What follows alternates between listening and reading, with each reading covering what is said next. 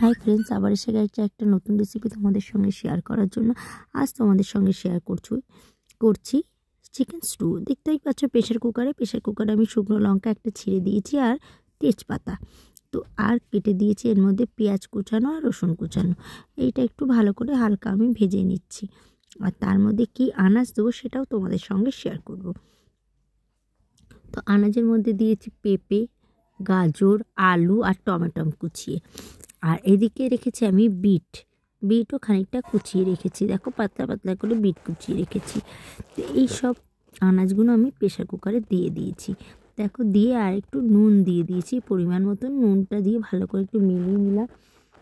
আর এর মধ্যে আমি বেটে রাখা মশলা দেব, যেটা আমি থেতে করে রেখেছি গরম মশলাটা, সেটাও দিয়ে দিয়েছি। আর দিয়ে দিয়েছি হলুদও দিয়ে এইসব ভালো করে আমি আলু সবজিগুলোর সঙ্গে মিলিয়ে নিলাম। নিয়ে পরিমাণ মতন আমি একটু জল ঢেলে দিলাম, দিয়ে চিকেনগুলোও এর মধ্যে দিয়ে দিয়েছি। দিয়ে আর একটু ধনেপাতা দিয়ে একবার প্রেশার কুকারে স্টিম হতে বসিয়ে দিয়েছি। কটা সিটি পড়ার পর 5-6টা সিটি পড়ার পর আমি নামিয়ে দিয়েছি। নামিয়ে দিয়ে দেখো আমার চিকেন স্টু একদম রেডি হয়ে গেছে।